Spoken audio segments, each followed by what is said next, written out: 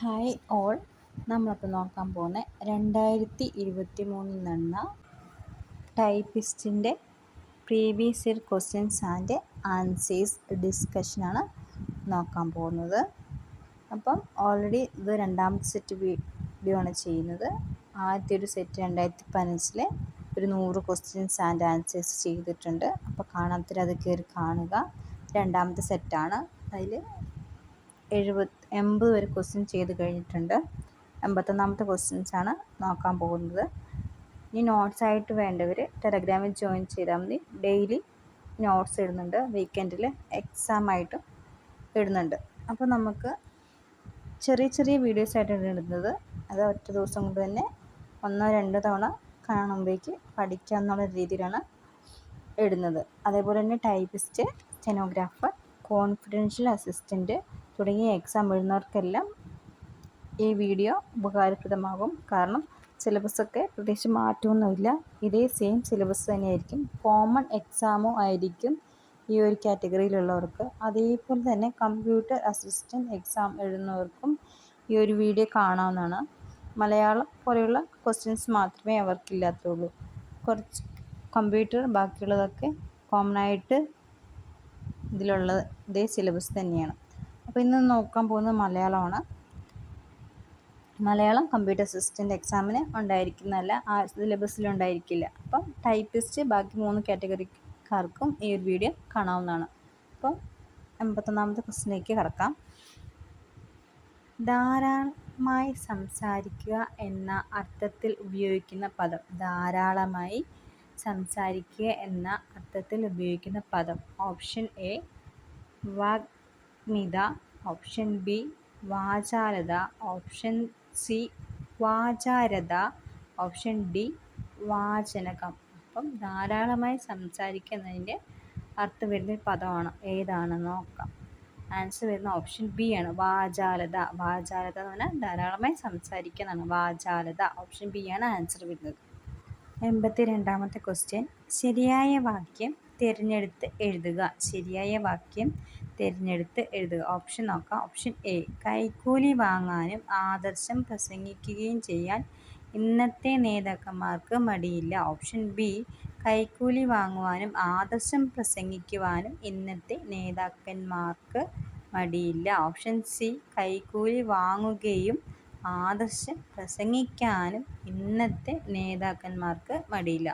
Option D, കൈക്കൂലി വാങ്ങിച്ചും ആദർശം പ്രസംഗിച്ചും ഇന്നത്തെ നേതാക്കന്മാർക്ക് മടിയില്ല. അപ്പോൾ ഒരു കറക്റ്റ് സെൻറ്റൻസ്, ഒരു വാക്യം പോലെ വരുന്നത് ഏതാണ് എന്ന് നമ്മൾ വായിച്ച് നോക്കുക. അപ്പോൾ തന്നെ ആൻസർ കിട്ടിയിട്ടുണ്ടാവും. ആൻസർ വരുന്ന ഓപ്ഷൻ ബി ആണ്, കൈക്കൂലി വാങ്ങുവാനും ആദർശം പ്രസംഗിക്കുവാനും ഇന്നത്തെ നേതാക്കന്മാർക്ക് മടിയില്ല. അത്രയും മതിയായൊരു സെൻറ്റൻസ്. അപ്പോൾ ആൻസർ വരുന്ന ഓപ്ഷൻ ബി. 83ാമത്തെ ക്വസ്റ്റ്യൻ. കട്ടൻ ലെക്ചർ എന്ന ഇംഗ്ലീഷ് പ്രയോഗത്തിന് ചേരുന്ന മലയാള ശൈലി. കട്ടൻ ലെക്ചർ എന്ന ഇംഗ്ലീഷ് പ്രയോഗത്തിന് ചേരുന്ന മലയാള ശൈലി.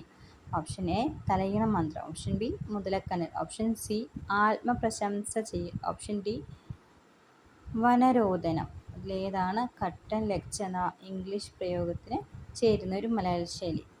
ആൻസർ വരുന്നത് ഓപ്ഷൻ എ ആണ്, തലയിണ മന്ത്രം. ഇതാണ് 84ാമത്തെ ക്വസ്റ്റ്യൻ. സഭയിൽ പറയാൻ പാടുള്ളത്. സഭയിൽ പറയാൻ പാടുള്ളത് എന്ന പദത്തിൻ്റെ വിപരീത പദം.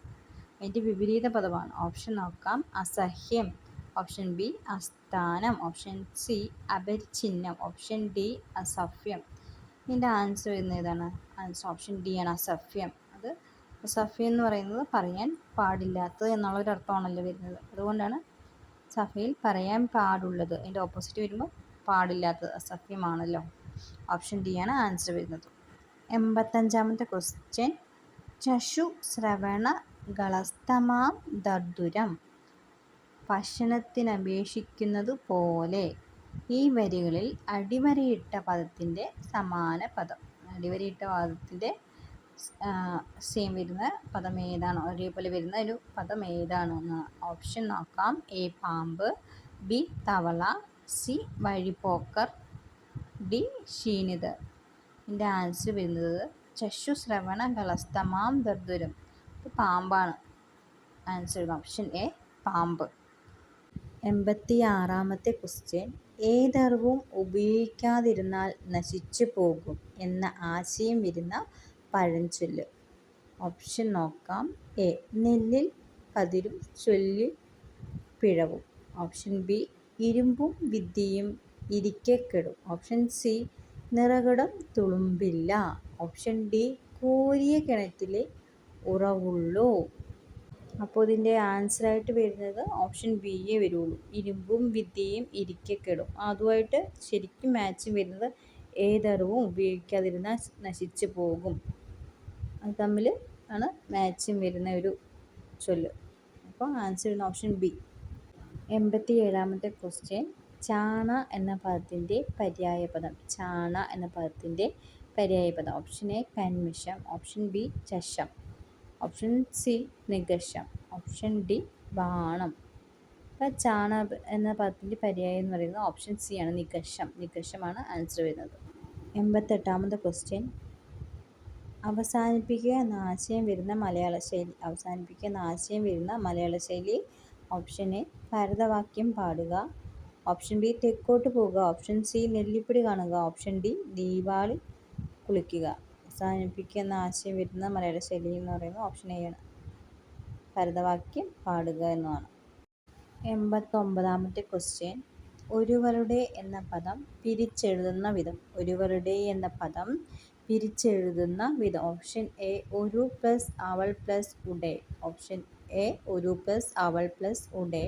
ഓപ്ഷൻ ബി ഒരു പ്ലസ് അൾ പ്ലസ് ഉടേ. ഒരു പ്ലസ് അൾ പ്ലസ് ഉടേ. ഓപ്ഷൻ സി ഒരു പ്ലസ് അൾ പ്ലസ് ഡേ. ഒരു പ്ലസ് അൾ പ്ലസ് ഡേ. ഓപ്ഷൻ ഡി ഒരുവൾ പ്ലസ് ഡേ. അപ്പോൾ ഇതെന്തായാലും പെട്ടെന്ന് ഇത്തിരി കൺഫ്യൂഷൻ വരുന്നൊരു ക്വസ്റ്റ്യനാണ്. നല്ലപോലെ ശ്രദ്ധിച്ച് വായിച്ചിട്ട് വേണം നമ്മൾ ആൻസർ എഴുതാൻ. ഇതിൻ്റെ ആൻസർ വരുന്നത് ഓപ്ഷൻ ബി ആണ്, ഒരു പ്ലസ് അൾ പ്ലസ് ഉഡേ എന്നാണ് ആൻസർ വരുന്നത്, ഒരുവളുടെ. 90ാമത്തെ ക്വസ്റ്റ്യൻ. താഴെ തന്നിരിക്കുന്ന പദങ്ങളിൽ നശിക്കുന്നത് എന്ന അർത്ഥം വരുന്നത്. താഴെ തന്നിരിക്കുന്ന പദങ്ങളിൽ നശിക്കുന്നത് എന്ന അർത്ഥം വരുന്നത്. ഓപ്ഷൻ എ അഭയാർത്ഥ്യം. ഓപ്ഷൻ ബി അദൃശ്യം. ഓപ്ഷൻ സി അനിത്യം. ഓപ്ഷൻ ഡി അയോഗ്യം. അയഥാർത്ഥ്യം, അദൃശ്യം, അനിത്യം, അയോഗ്യം. ആൻസർ വരുന്നത് ഓപ്ഷൻ സി അനിത്യം.